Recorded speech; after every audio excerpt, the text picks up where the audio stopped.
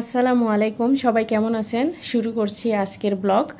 তো দেখতেই পাচ্ছেন যে ডিসকন আইসক্রিম আমি নিয়ে আসছি। আসলে অনেক দিন ধরে আমার হাজব্যান্ডকে আমি বলে রাখছিলাম, খুঁজে পাচ্ছিল না। তো আমি একটু বের হয়েছিলাম, পরে আমি যখন খুঁজে পাইছি, পরে আমার হাজব্যান্ডকে ভাবলাম যে যেহেতু ওর অফিসে ওর একটা প্রমোশন হয়েছে, তো আমি ওকে ট্রিট দেই। তো সেটাই করলাম। তারপরে আর কি এই যে বাসায় ছোলা আমি রান্না করছিলাম, একটু মুড়ি মাখা করলাম। ছোলা দিয়ে মুড়ি খেতে, তার সাথে শসা দিয়ে খেতে কিন্তু খুবই মজা লাগে। তারপরে আর কি আমার হাজব্যান্ড ও বাজার করে নিয়ে আসলো। তো এইগুলোই বাজার, সেইগুলো পরিষ্কার করলাম। যেহেতু ছুটি ছিল মঙ্গলবারে, মানে আপনার গত দিন আর কি, এটা গত দিনের ভিডিও।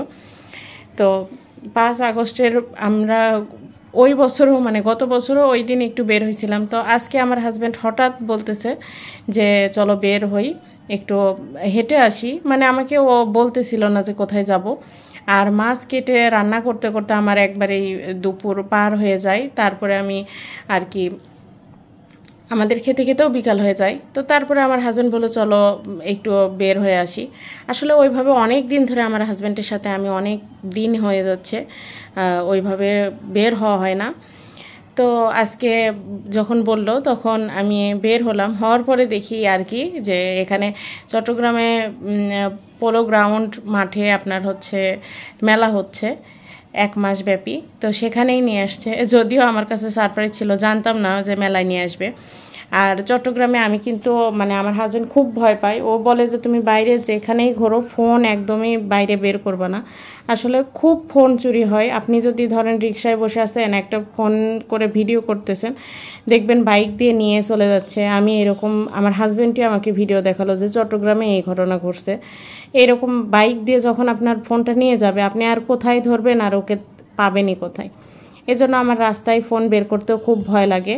আর আমার হাজব্যান্ড একবারে কড়া নিষেধ, মানে একদমই নিষেধ যে তুমি বাইরে হাঁটতে যাবা কিন্তু তুমি ফোন একদমই বের করবা না। যার কারণে আমি বাইরে গেলে ভয়ে ফোন বের করি না। তবে দেখা যায় আর কি যে মনে হয় যে যদি আপনাদের সাথে আমি শেয়ার করতে পারতাম চট্টগ্রামের এই মানে জায়গাগুলো যে এখানে আমি হাঁটি। তো যাই হোক, একটা সেফটির বিষয় আছে। এখন মেলায় এসে আর কি এই তো বাণিজ্য মেলার মতনই, কিন্তু আমাদের বগুড়াতে যেরকম বাণিজ্য মেলা হয়, আর আমি চট্টগ্রামে দেখছি যেটা, যে এখানে কিছুদিন পরপরই এরকম মেলা বসে, একটা না একটা যে কোনো একটা বিষয় নিয়ে আর কি। যেমন হস্তশিল্প, মানে কুটির শিল্পের মেলা, যে মানে এইরকম একটা মেলা হয় 1 মাস ব্যাপী। তো যেমন এই যে লালদিঘির মাঠে এখন বৃক্ষ মেলা চলতেছে, এরকম হতেই থাকে। তো এটা হচ্ছে খুব কাছেই, আমাদের বাসা থেকে বেশি দূরে না। তো এই ধরেন একটু ঘোরাফেরা করতেছি। আর আমি যখন ফুচকা চটপটির পাশে যাচ্ছি, আমি ওখান থেকে সরেই যাচ্ছি, কারণ দেখলে তো ধরেন একটা জিনিস ক্রেভিং আসে। তবে আমি বাইরের খাবার একদমই এখন অ্যাভয়েড করি, বাইরের খাবার একদমই খাই না, যেহেতু আমি একটা ডায়েটের ভিতরে আছি। তো আমি চেষ্টা করি বাইরের খাবার খুব কম খেতে। আর ডায়েট যেহেতু আমি ডিসকন খেয়ে ফেলছি, আর বাইরের তো আর কোনো মিষ্টি জাতীয় বা কোনো কিছুই আর খাবো না।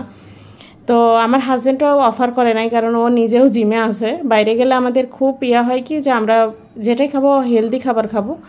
তো বাসার খাবারটাই আমরা বেশি এখন খাই। আর আপনার ওজন কমাতে গেলে আপনার কিন্তু মুখের স্বাদ বা খাওয়ার এইটা কমাতেই হবে। যদিও আমার মানে এই ক্ষুধাটা কেন জানি না ভাতের প্রতি বেশি, আর এটা হয়েই আমার কাল হয়েছে, ওজন কমানোটা খুব কঠিন হয়ে গেছে। তারপরে ইনশাল্লাহ আশা করছি যে খুব তাড়াতাড়ি আমার ওজনটা কমে যাবে।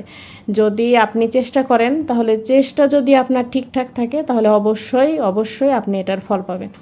তো এখানে আসলাম, আর এত সুন্দর সুন্দর মাটির হাঁড়ি পাতিল দেখে খুবই ভালো লাগতেছে, যদিও অনেক দাম। তারপরেও হচ্ছে আমার হাজব্যান্ড 2টা প্লেট, তারপরে হচ্ছে একটা আমরা হাঁড়ি, এইটা হচ্ছে কিনছি। আর এটাই ছিল। সবাই ভালো থাকবেন।